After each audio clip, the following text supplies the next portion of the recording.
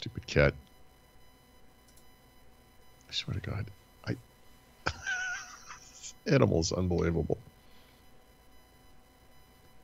Are we live? Yep. No, we are. Yep. Let me see if I can do this without ruining anything. Look at this animal. Look what she's doing.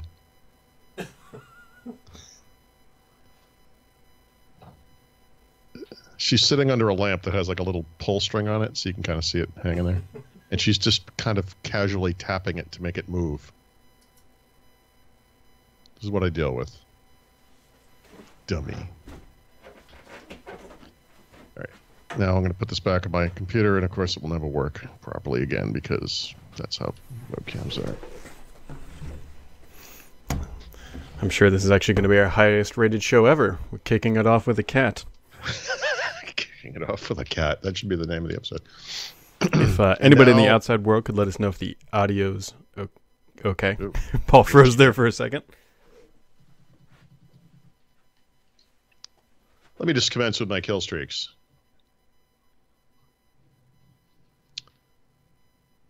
I had time for exactly one game before this thing started. That's how busy I am. One game. This is how I rate my busyness.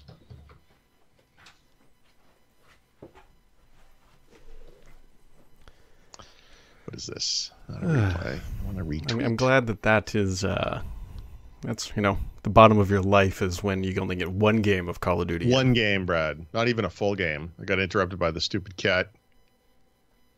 Didn't get to use all my kill streaks.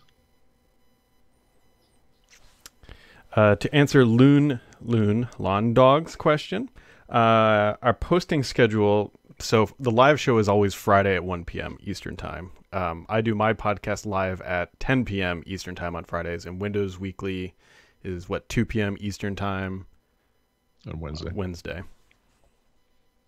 I do the tech now. I think it's at 1 p.m. on Tuesday. That's been at different times, but I think that's going to be the time. I just want to check one thing. All right. Stupid cat. See if we can get her to say anything. You have anything to say for yourself?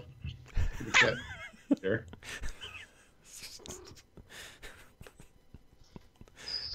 Did you hear that sound that she made?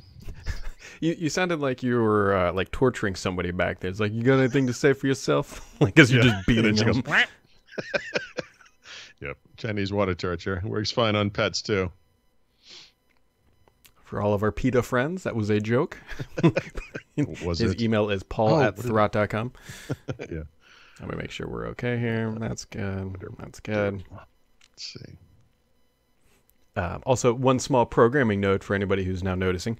The typical chat room, so there was a problem, not a problem, but we had two chat rooms previously. We had one that was embedded on Thurrott, and then there was one on YouTube, and trying to keep track of both of them was, as you can imagine, not fun. And so I figured out how to embed the YouTube chat room onto Thurrott, and so now that's what we're going to use because it's just easier that way. Really? Yeah. I'll have to go look at that while we're recording the show. Yeah, if you go to thurrott.com/live, you'll see it underneath the video, or you can just go to our YouTube channel and you'll see the chat comments right next to the video. One chat room to rule them all. I like it. All right. You ready to roll? Sure. What even sizes? Now, folks, I clearly said, Paul, are you ready to roll? And he said, I said yes, but you were a little quick on the trigger there. Because you came back with a positive affirmation that you were ready. So, Paul, let me ask you again. Are you ready, Paul? Yes, I'm ready.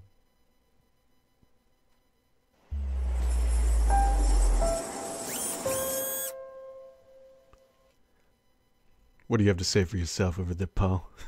The cat is purring like a fine Alfa Romeo engine. I cannot take you seriously knowing that cat is sitting there just on its back. She's like literally like, she's like, you saw it earlier. She's just like indulging, she's just so happy to be downstairs. It's going to be a tough couple of weeks at least, She's so proud of herself. I mean, she should be, but. Here we are. Folks, today's show is brought to you by Cloudberry Lab. Check them out at cloudberrylab.com/FRD. I'll have a little bit more about them in a minute. But the Thurrott family household includes a cat that is just out of view. You know what we need, Paul? I'm going to send you another webcam. We're going to have a cat cam. Yeah, we could do like a camera switch thing. You stupid animal. She's just like... I promise you I will not regale you with cat stories for the rest of my life, but I am amused at what's happening in my house right now because, we got the dog and the cats hate it, still hate it. But I was really nervous that it was going to take a long, long time for them to become acclimated. But man, like last night we were watching TV. I didn't have my phone and I was begging my wife to capture this moment. It was amazing. But the dog's asleep on the couch. The cat walked up to the couch, stood up on her two legs, put her front paws on the couch right where the dog's head was, and then sniffed the dog's nose. And the dog kind of jerked awake, threw up her little, she's got these ears that like are comically, inclined when she's, hearing stuff. And they just stared at each other. And the cat didn't even move. She just looked at she was just like, yeah, I'm messing with you. And and I'm like, Stephanie, take a picture. So my wife's fumbling with her camera trying to capture this thing. We just missed it. Like when she plopped back down on the ground. But someday I'm going to capture this moment because the cat has this habit now of walking right up to the dog and they kind of meet nose to nose. It's really interesting, but she's asserting her dominance. I'm trying to get on Twitter because rumor has it in the chat room. It says build 17107 was just released. And of course, I go to that. Yep, that's correct. I'm getting up my heady for this. I can. What's new? Keeping up to date, and that is exactly it. Yeah, we're at that point. Yeah. So, what's new in this build? This is known as a bug stabilization build, and they're trying to get it ready to ship out the door. So there's not a whole lot except for this keeping up to date thing. But that's really about it. Yes. Okay, good. Yeah. Other things that have come up. Actually, this came up earlier today, and Mahedi wrote it up. And Microsoft is doing, whoops, wrong button there, a slow reveal of the Andromeda device. And by slow reveal, I mean they're just publishing all the patents and not putting them behind timed release protections, which many companies do because Microsoft's just YOLO, let's just throw this into the wind of Andromeda device. And the latest patent of the device, so it's a foldable dual hinge thing, is that it goes pop, and it breaks apart. So you've got two modular screens. And so, are we positive this is an Andromeda device? Well, we're not. Let me qualify that. It follows in the exact same frame of patents reveals that Microsoft has included. So whatever this dual hinge device is, it is believed that this patent is following the same trajectory as all the other ones, and it's all part of the same device. What if this thing, when it comes out, is just like Surface Book Mini? Yeah. Well, hopefully it actually comes out on like the last Mini. Yes. Okay. Here she goes. Now my microphone's going to start bopping around because she's petting herself on the stand. I'm just waiting for the cat to lose its patience with you and just start mauling you. Hopefully while we're recording at some point. Here, throw it to me. There we go. See what she's doing? She's moving in for the kill. She's looking at my lap. She'd like to sit there. But, yeah, that's not going to happen.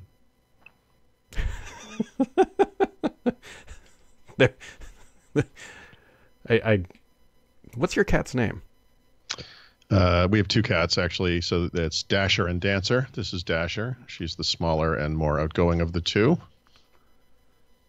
Were these Christmas presents? Yes, they did arrive on Christmas. It was both my daughter's best day ever and her worst day ever. She was initially very scared of the cats and asked if we could send them back to Santa. Just throw them up the chimney, fact, sweetie. Which we remind her of many times just to humiliate her because obviously she loves the cats. Yeah. So, anyways, that Andromeda mobile device patent is now out. You can go look at it. It's, I don't know. The only reason, Paul, I put this lovely New York skyline picture behind me is that typically Microsoft reveals new hardware in New York, and so maybe we'll get an invite for some sort of event up there, or they'll just eventually just release this thing on Microsoft.com since it's all out there anyways. Do you think them releasing this stuff in a non-timed release fashion is a strategy, or?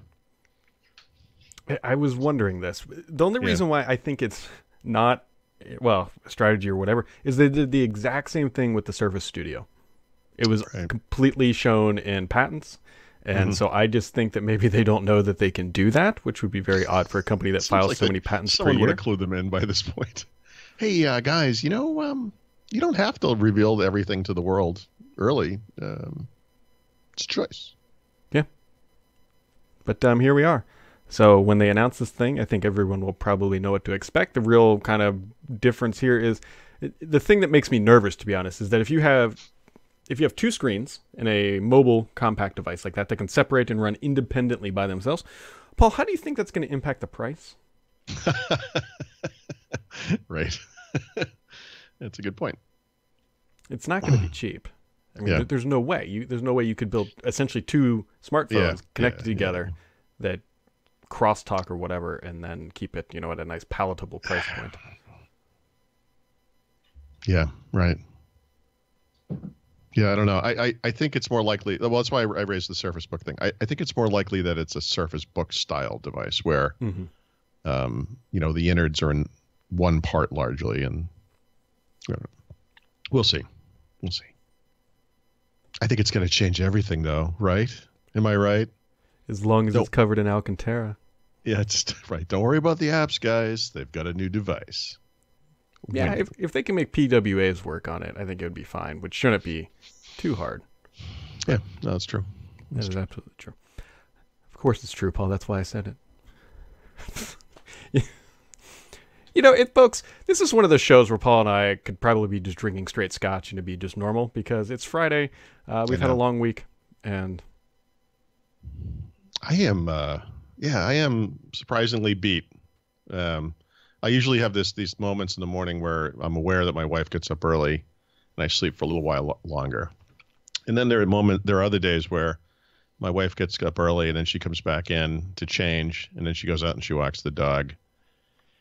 And then I get up while she's walking the dog. And then I have days like today where she has walked the dog, she has come home, left the dog home, and went out for a run. And then she comes back and she's like, seriously, you're still in bed? And it's like, it's almost 9 o'clock. And I never sleep like that, but every once in a while, And now somehow through sleeping more than I normally do, I am exhausted. Yep. Yeah. It's really strange. It's a real thing. My daughter will sleep like 13 hours sometimes in a row.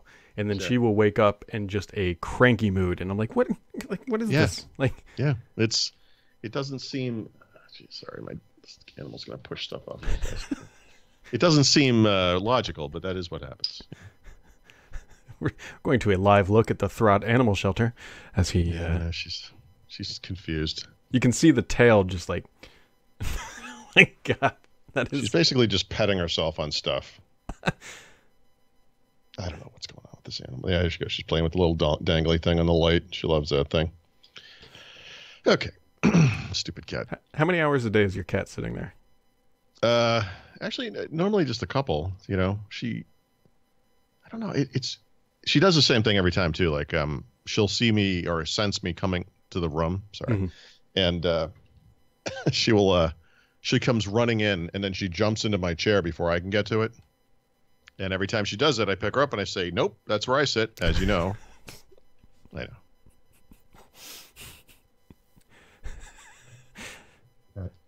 Seriously. That was my cat stash. Like it's just really hard to concentrate. I know. I'm so sorry. No. I'm not helping for sure. Well, you're typically not helpful just in a daily fashion. Yes. That is nothing new. Absolutely nothing new. Paul, yes. I'm going to say something here, and I want to get your honest reaction. Would you pay $999 for a Qualcomm Snapdragon HP NVX2? I'm nodding my head. I'm sorry. The answer is no. Not with those specs. Yeah. $699. People were complaining about the price, right? When I don't know if it was Asus or one of those other devices, I think was coming in at $699, and people were like $699. $999. Oof, that's 12-inch display, 4 gigs of RAM. Are you kidding me? Yeah, No so I way. compared that to what Microsoft is offering with the Surface Pro right now. Yeah. So there's a couple small caveats. So for $799, you can essentially get the exact same specs, but with a Core i5, but no keyboard. You add in the keyboard to the Surface Pro, and it gets you about 850, 820, something like that after tax. hmm And you get a Core i5, which I know they say the Snapdragon 835 is really powerful. There's no way it competes No, with it's an i5. no. It's not an i5. The other thing to compare it to would be the base Surface laptop, which is I think 4 gigs of RAM and might be 128 gigs of storage as well, but SSD storage, by the way.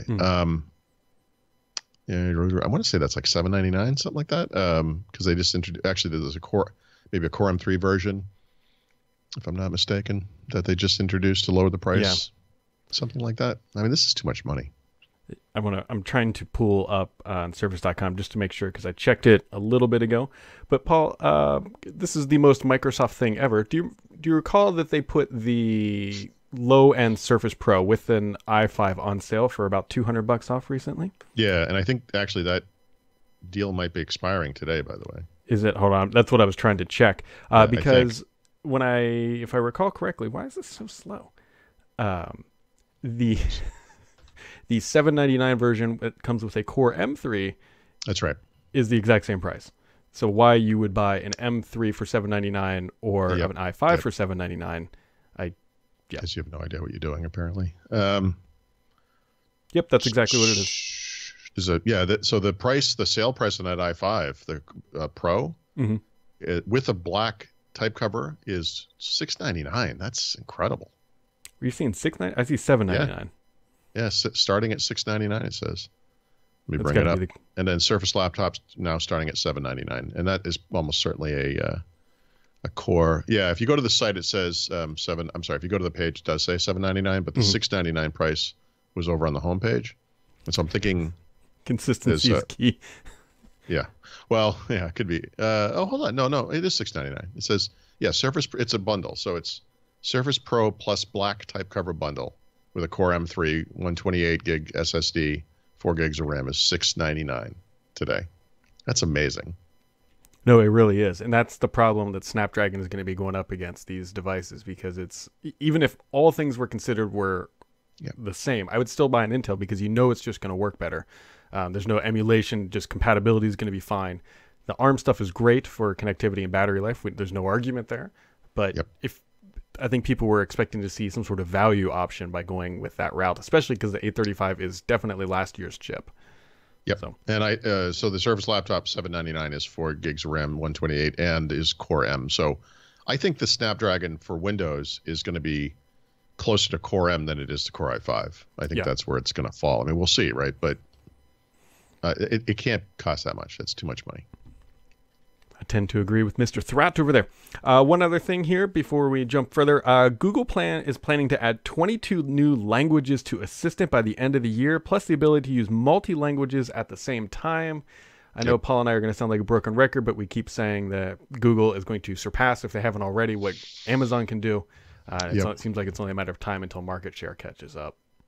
I haven't looked at this yet, but there's also a kind of breaking story on this line that has to do with, what do they call it? The routines feature for the Assistant, which is the ability to string together multiple commands to do things like, say, hey, G, good night, and have it, turn off lights, set the locks, yada, yada, yada. So Google somewhere, I haven't looked it up yet, but has said that is coming in the coming weeks. And they announced that. They could have been as long ago as... Could have been Google I/O, but it might have been the hardware event last fall. I don't remember, but they announced it sometime last year, and we've been waiting. So that is coming soon. Yeah, it's. I'm just waiting for Sonos to roll out that functionality, and then I will be. Right. So if you were going to bet money on whether routines would come to Google Assistant first, or whether Google Assistant would come to Sonos first, I think the smart money would be on the former, not the latter. You're not wrong. You're just disappointing me, only because I know it's absolutely true. Actually, I think the better question here, Paul, is what's going to come first: Google Assistant to Sonos, or iTunes in the Windows Store, or Cortana features to the Amazon product, or vice versa. Oh, geez, wow! That's I would say iTunes in the store. I'm kind of surprised that hasn't happened yet. Those other two, though, I mean, Cortana and Amazon together, I have this weird feeling in the back of my head that this isn't going to happen. Yeah, I can see that. The secondary version of that or whatever would be it does happen, and it happens in that really weak version that we know is going to be terrible to use. And, a couple of Windows guys get excited about it for a little while, and we try to use it, and it doesn't work. And then it's never updated, and that's the end of it. Like, I just have a bad feeling about that one. I can't quite explain it. Like, I know that Sonos will eventually add the Google Assistant. Like, I know it's going to happen, logically, But this Cortana Amazon thing, I don't know. There's something weird about this. And I think even the way that it was kind of revealed was a little bit weird, kind of downplayed. And if I'm not mistaken, I think they said it was going to happen by the end of the year. Right. Last year. It's going to be March next week. So, Yep. I don't know. So, the story goes on. I don't know. It's she also does not believe it. Oh, cat scratch fever, Paul. If this cat could learn to talk to an assistant, her life would be complete. I could train her to squawk when she wants the food drawer to open. You could do that, right, Demi? She's just happy to be talked to. Anyways, folks, today's show is brought to you by Cloudberry Lab. If you haven't heard of them or checked them out yet, go to I was going to say Threat.com, but you can always go there. Go to cloudberrylab.com/FRD for a free trial offer where you can download free licenses, which will expire here in the near future. So definitely jump on that. But this product is really good at backing up your data. You take a chunk of data and you put it wherever you want. You can put it in Amazon, you can put it in Azure, you can put it in Backblaze. Basically, what it allows you to do is not be tied to a cloud provider who could change their price at any time. And if they do, then you can just move your data without any real big issues. Paul seemed to like it. I know some other people tend to like it. Check it out at cloudberrylab.com/FRD. And now we go live back to the cat cam. She's just off camera a little bit where she's like right here. I can't see my hand, so it's a little off camera. She's relatively calm right now. She's just kind of sitting there like confused. It's like she's come out of a drug-induced stupor and she doesn't know how she got here. Oh, here she goes. I think that could be the story of my life, to be honest. It's okay, kitty cat. Paul, I had an epiphany late last night, and I'm sorry. I've come to the conclusion that I really want Windows Media Center back in my life. Yeah, I saw that you had tweeted about this. Yeah. I think this might be another one of those classic examples where Microsoft had the perfect idea and they thought they had the timing right, but because cable cards never caught on in any meaningful way, they missed the market with that. But now that a lot of people are cutting the cord and media over the air streaming is now becoming a very, very popular segment. Yep. They have external streaming tuners for your house and everything else. It hurts that it's not. Yeah. I mean, this is a tough one. I knew the guys that made Media Center really well, and one of the stories that they told me that I think would kind of resonate today, because it is really a time and place kind of thing, and it's too bad it couldn't have worked out in the other direction. But when they came up with the idea for Media Center, the first question they had to answer was how they were going to implement it, and the two ways that they came up with were we could make it software that would run on top of Windows on a computer, or we could make a device like the Xbox. And remember, back then, it was literally the original Xbox. Yep. Was the only big hardware thing that they had any experience with. And they went with Windows because Windows was established. They kind of knew it inside and out. Obviously, they knew the limitations and the problems, but they also knew how powerful it was. Whereas doing an Xbox-style console thing was kind of an unknown to them. And, of course, it's an appliance, so you can't really upgrade it very easily, whatever. So the resulting PCs were a mess, and before there was cable card, you had to do like IR blasting, where you'd like literally tape like a thing on front of your cable box so it could pretend to flash the remote at it to change channels and stuff. It was really bad, and it was just a big, expensive, hairy mess. And the UI, I think they always got right. Their UI for a guide today, I think, is still one of the best ever implemented. Yeah. And you kind of look back on that and you think, well, man, if they could have, if you think about like today's Microsoft and the experience they have now with more devices, that they almost certainly would have chosen to do an appliance/console type thing, or just built it into Xbox One or whatever. And I'm not saying that would have been more successful necessarily, but it would make more sense, and I think it would work better.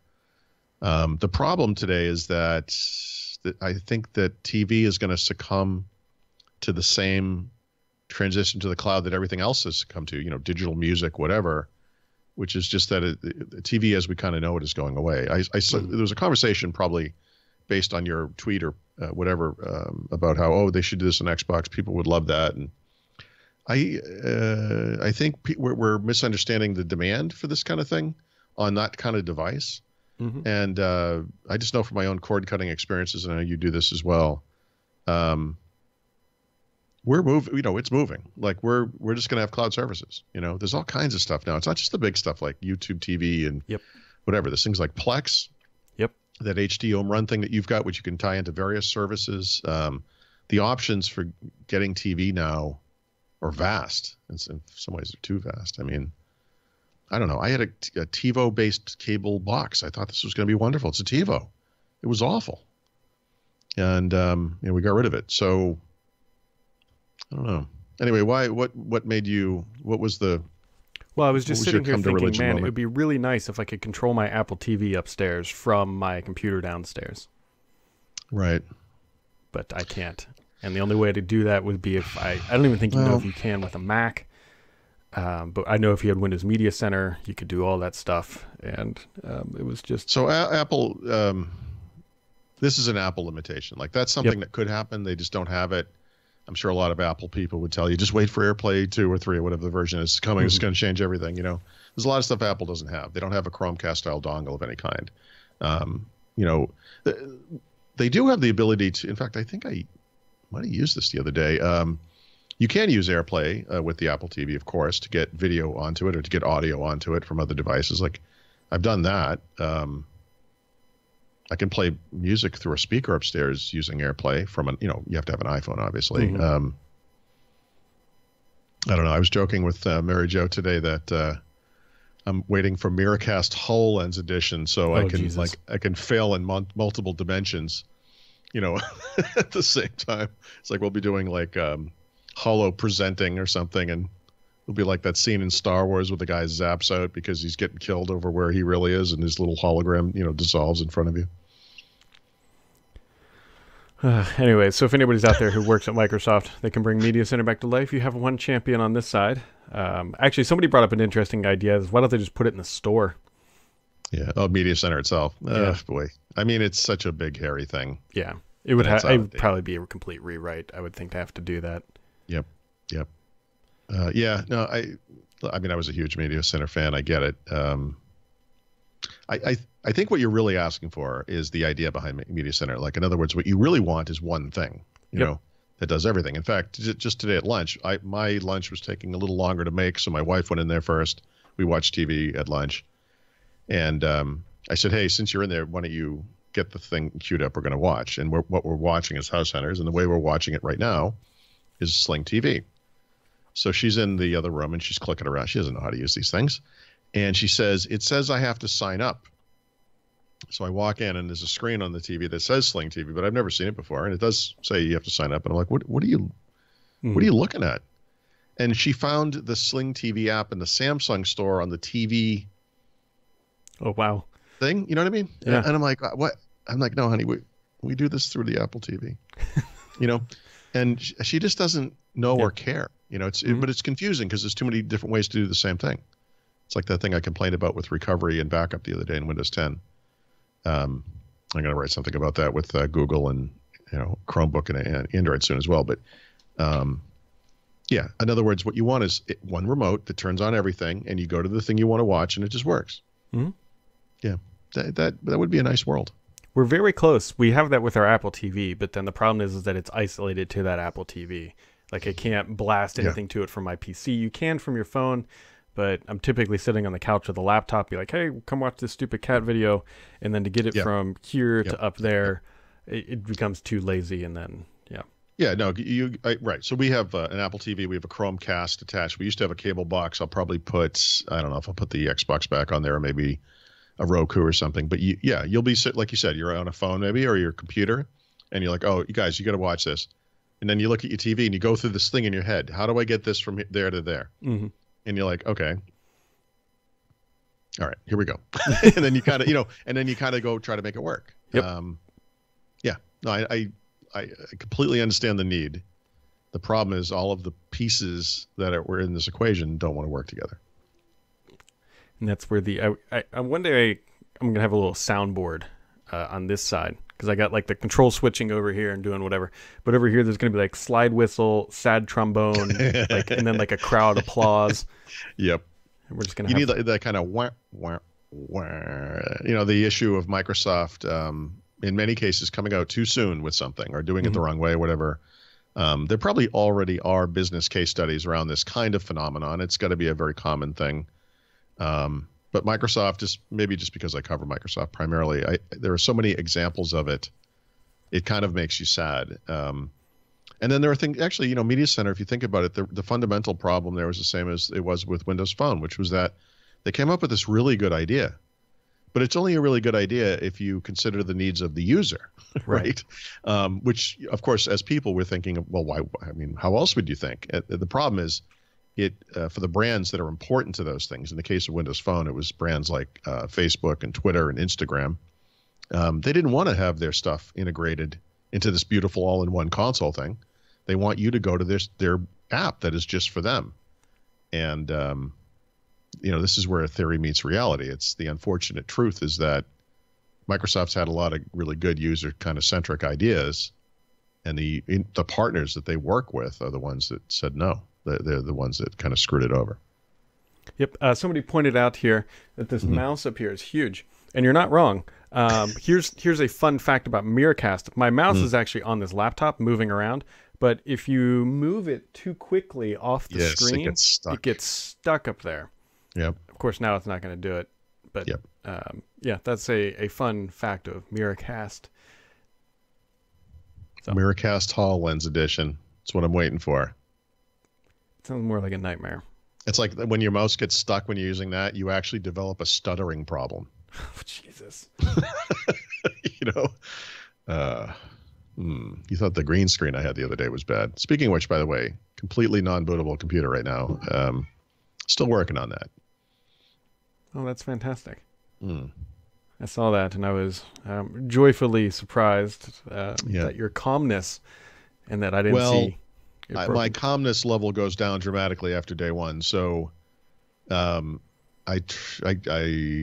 was not able to get it working last night, let's just say. And this morning I decided to make a recovery disk. It's a Surface laptop, so I had to copy over all the Surface laptop files. I had to type in my BitLocker recovery key. You might have seen me bitching about that on Twitter.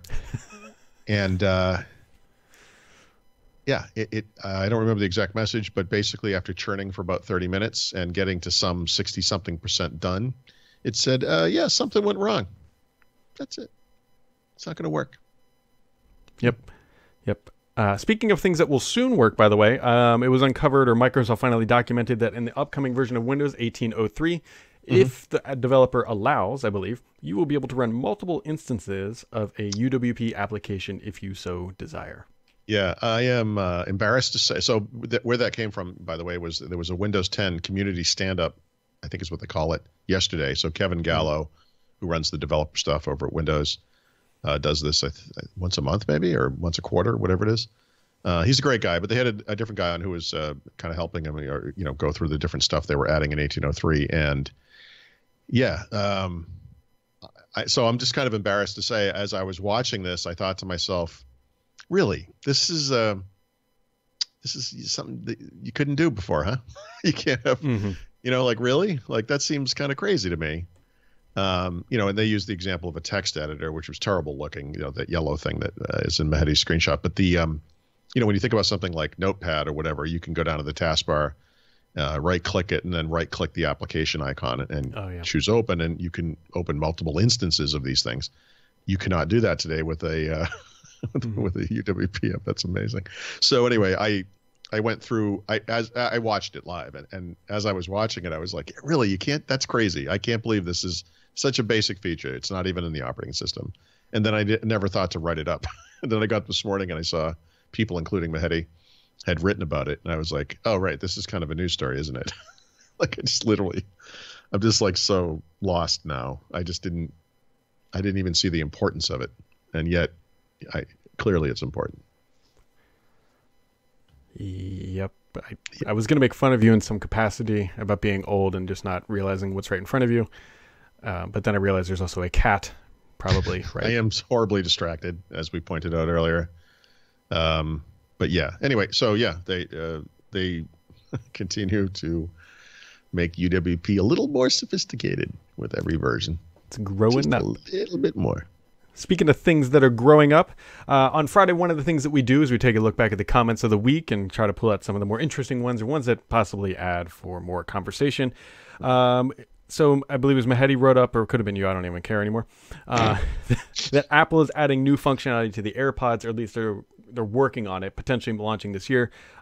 SOT 3 writes, he says, they look silly, the sound quality is just okay, but they're so darn convenient if you are in the Apple ecosystem. I can use them with an iPhone, iPad, or Apple TV. And having now used them for several months, I can tell you that they are extremely convenient. And it hurts me to say that because they look goofy. They don't sound great, but my God, are they... Here's the stupid thing that Apple did that they perfected. If they're in your ear, music's playing, you take one out, it pauses. It also, if you're watching a TV show and you take one out, it pauses the show. When you put it back in, it starts it right back up. That is very convenient when you're sitting there watching a show on your phone and your kids, whatever, destroying your house, and they want to come and talk to you, take one out, it pauses your show, you scream at your kid, you put it back in, they go back to destroying. Yep. I don't own these things. But yeah, I mean, I think I described this on the show recently. The issues I've had with sound on my Pixel 2 XL, thanks in part to the USB-C to headphone adapter. I just made up a word. It's been frustrating for a long, since I've owned the device. It's really frustrating, and I just want stuff to work. It's the same. My whole life is like that. I just want stuff to work, and stuff doesn't work, and that's technology. It's frustrating. And then the other question or other comment comes from Spartan Fan writes on your Google PWA support post. This one was interesting. I can't remember if we've talked about it, but he says, do you think Google will let Google Maps PWA into the Windows 10 store? Right. So, I mean, you're asking our opinion on this. Yeah. So, to be clear, Google will have to specify in a manifest file that they want to be included in the store, right? And so if they don't do that, Microsoft will not put Google Maps PWA in the store. If they do that, Microsoft will put it in the store, of course. And as to my opinion about whether or not they will allow that, I think that they will. I'm really indifferent on this. I don't know if it makes a difference, to be honest, because if it's a PWA, you can turn it into a store or a launchable thing on your desktop, so it doesn't really make a huge difference. Well, I mean, right. So Google Maps is an example of an app you would need to be online to use it effectively anyway, right? So the ability to run offline is minor, for sure. And Google Maps has a capability on your phone where you can download to the phone some area so that if you are outside of connectivity or whatever, you'll be able to navigate around, and that makes sense with a phone. It makes less sense with a PC. That's true. My daily Siri occurrence just happened. But I don't. To me, it's not so much Google Maps that is the issue. It's Google in general, right? Because Google has hundreds of web apps or whatever, and what we really want to see there is Gmail and Calendar and Google. Well, not Google Drive. Google Drive is on Windows, but the various web property, Google Flights or whatever. And Google Maps should be part of that. So look, there's all kinds of animosity between these two companies for some reason. I think Google has what I think at this point is an undeserved latent hatred of Microsoft and fear of Microsoft, which I don't think makes any sense at this point. So the parts of the companies that are working on PWAs work together. They're friends and partners, and they respect each other. And Google has taken ideas from Microsoft and is implementing that in Android and in Chrome OS now, and vice versa. And it all came out of this PWA thing. So hope springs eternal. I mean, I am well versed in the history. I know the YouTube fiasco from Windows Phone. But I think we're gonna see this. I think we're gonna see YouTube in the store. I think we're gonna see Gmail. And that's gonna be a good day. It will be a good day. Yeah. Very much agree. Speaking of good days, Paul, you got anything else for today? Yeah, I wrote and have completed writing the Ask Paul that I'm going to post today. I just haven't posted it yet. I'm going to go through it one more time. Let me just ask you a question, because this is one of the questions, and I don't know if you know this off the top of your head. We know that Cortana on Android is more functional than it is on the iPhone, and that the reason for that is that you can go into the settings and configure it as the default assistant. You can hold down the home button to summon Cortana. But my understanding, and I did test this, I couldn't figure it out. I don't think when the phone is just sitting there, not in the Cortana app, that you can say, "Hey, see," and have it pop up. I think you have to be in the app on Android. Is that correct? Do you happen to know? Is there somebody in the audience here who knows? I believe that is correct. Yeah, I don't think that it can do that ambient nature listening. I think that's the one limitation. Yeah, I think it is too, because I don't think Google allows you to do that. So this has ramifications in some interesting areas, right? Because obviously if you're walking around with your phone, it's not that hard to hold down the home button and summon your assistant. But if you're in your car and you want to use it over Bluetooth, obviously what you want is a voice-based thing to come up. You don't want to have to, it's dangerous. It's literally dangerous to look at your screen and hit it in the exact right place to make the assistant come up. So you want it to work over Bluetooth, but you also want it to work just voice activation. You might be listening to music or a podcast, whatever it is, and you want to do something with your assistant. You want to be able to talk to it. But I don't think you can. Yeah, Rachel or Rochelle, I don't know which pronunciation it is, says that is correct. It says you can set it to your home button, but there is no ambient activity. Yeah. All right. I just wanted to make sure I wasn't staring someone wrong there. Thank you. That's crowdsourced information, folks. This is the other side of Ask Paul. It's called Paul Asks. Is this where Paul pays money out for? Yeah. It's like it's where I pay the premium subscription, and it's sort of like Baywatch Nights. Instead of being lifeguards, we're hunting werewolves. No, that didn't make any sense. But that, by the way, you look it up. Is that an actual thing? Oh yeah. Wow. Yep. Look up Baywatch Nights someday. It's horrific. I mean, your one sentence overview of what it was didn't. That isn't what the whole series was about, but I believe there was an episode literally about werewolves. Well, that's impressive. That is impressive. But yeah, I got nothing. It has been quite literally raining for 40 days and 40 nights here. The Ohio River is now flooding, and Paul, when you see a flooded road, what are you not supposed to do? So I know about this very much because we lived in Phoenix where they had flash floods in the spring, I guess, or whatever, right in the spring, and the arroyos would flood, and then guys in SUVs and trucks especially, because they can go wherever they wanted at any time, would drive right through there, and then their truck would get swept down the river, and then they would have to be evacuated by helicopter.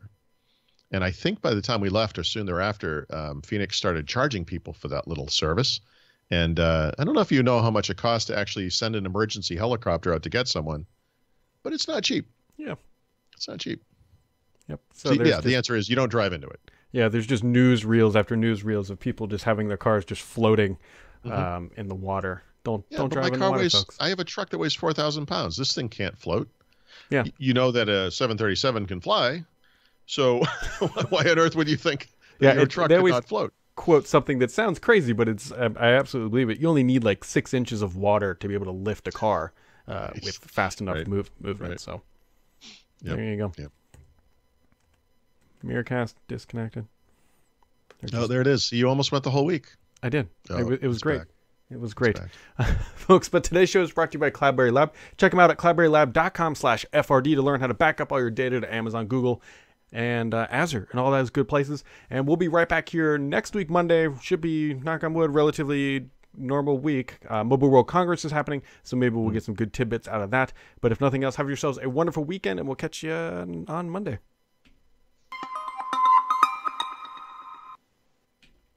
Yeah, I got to figure out the Samsung announcement is on Sunday. I would like to watch that. I also like to contact our useless friend over there and find out how I can get a review unit, and then he can stammer and push me off for the next 6 months. Well, on that happy, joyous note, I will catch you later, Paul. All right, man. Have a good weekend. Whoops, wrong button. Oh well.